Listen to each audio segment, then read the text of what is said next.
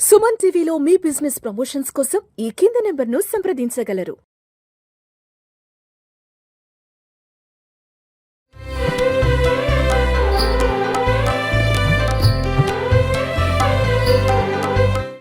నీలాతుంగస్తనగిరితటీ సుప్తముద్బోధ్య కృష్ణం పారాత్వం స్వం శృతిశతశిరసిద్ధమధ్యాపయంతి స్వోచ్ఛిష్టాయాం సృజనిగలితం యా బలాత్కృత్య భుంక్తే గోదా తస్యై నమ ఇదమిదం భూయ ఏవాస్తు భూయః.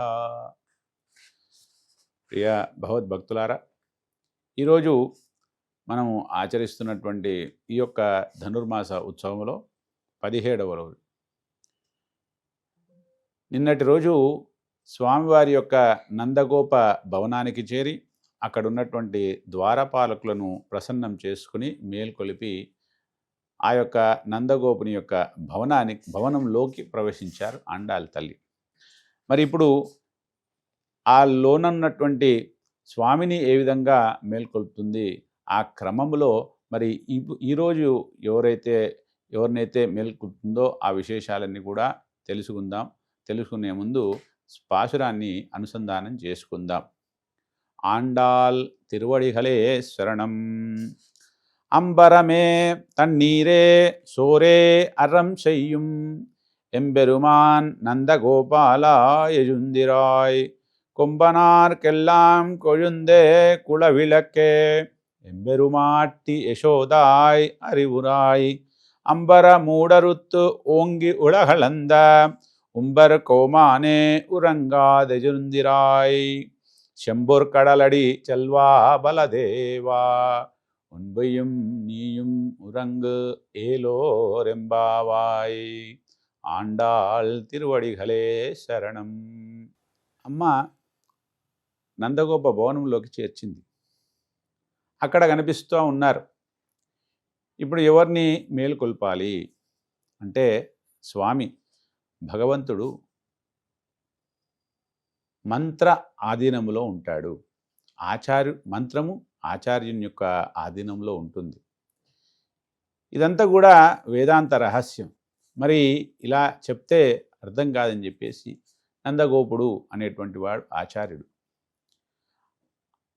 యశోదమ్మ మంత్రం.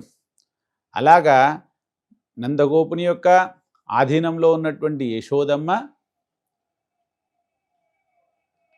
యశోదమ్మలో మంత్రం అనేటువంటి దానిలో అమ్మ యొక్క ఆధీనంలో స్వామి కృష్ణ పరమాత్మ వేంచేసి ఉంటాడు అనేటువంటి విషయాన్ని చక్కగా ఈ యొక్క పాశురంలో అమ్మ మనకందరికి కూడా వివరిస్తూ ఉంది. అదేవిధంగా నందగోపుని యొక్క విశేషమంతా కూడా ఇక్కడ చెప్తూ అంబరమే తన్నీరే సోరే అరం చెయ్యం ఎంబెరుమాన్ నందగోపాలా యజుందిరాయ్. ఓ నందగోపాలా మేలుకోవయా. నందగోపాలుడు ఎలాంటి వాడట? అంబరము అంటే వస్త్రము, తన్నీరే నీళ్లు, సోరే అన్నము, ఇలాంటి అన్ని కూడా దానము చేయడములో ప్రభువు వంటి వాడు. తనకు మించి ఇవన్నీ కూడా దానము చేసేటువంటి వాడు లేనటువంటి శక్తి ఉన్నటువంటి వాడు. అలాంటి గొప్పనైనటువంటి మహానుభావుడైనటువంటి ఓ నందగోపాల మేలుకోవయా అని ప్రార్థన చేస్తుంది నందగోపుని. అలాగా అదేవిధంగా కుంభనార్కెల్లాం కొయుందే కులవిలక్కే. ఈ యొక్క గోకులానికంతా కూడా దీపము లాంటిదైనటువంటి ఓ యశోదమ్మ మేలుకో తల్లి అని యశోదమ్మను ప్రార్థించుతుందట. ఆ తర్వాత అంబర మూడరుత్తు ఓంగి ఉలహనంద ఉంబర కోమానే ఉరంగాదెజుందిరాయ్. ఏమంటుంది? ఓ స్వామి, మరి నీవు అవతరించావు, మేము పిలవకుండానే నీవు అవతరించావు ఈ యొక్క ప్రదేశంలో. అలాంటి వాడివి నిద్రిస్తున్నావా? నీవు నిద్రించడానికి వచ్చావా తండ్రి? కాదు కదా, మమ్మల్ని అందరినీ కూడా కాపాడడానికి నీవు అవతరించావు. కాబట్టి మేలుకో స్వామి అని ప్రార్థన చేస్తుంది. అలాంటప్పుడు మరి ఎవరిని మేల్కొల్పుతుంది? ముందుగా స్వామినే మేల్కొల్పుతుందా? కాదు కదా. స్వామి ఎవరి ఆధీనంలో ఉంటాడు? త్రేతాయుగములో లక్ష్మణస్వామి వారు శ్రీరాముని వెంట ఉండి శ్రీరాముని యొక్క బాగోగులు చూస్తూ తనను రక్షిస్తూ వచ్చాడు. ఈ ద్వాపర యుగంలో మరి అదే బలరాముని యొక్క ఆధీనములో స్వామి ఉంటాడు, బలరాముని యొక్క రక్షణలో ఉంటాడు స్వామి. కాబట్టి ముందుగా తర్వాత బలరాముని కూడా లేపాలి అంటూ బలరామస్వామిని ఏ విధంగా కీర్తిస్తుందట?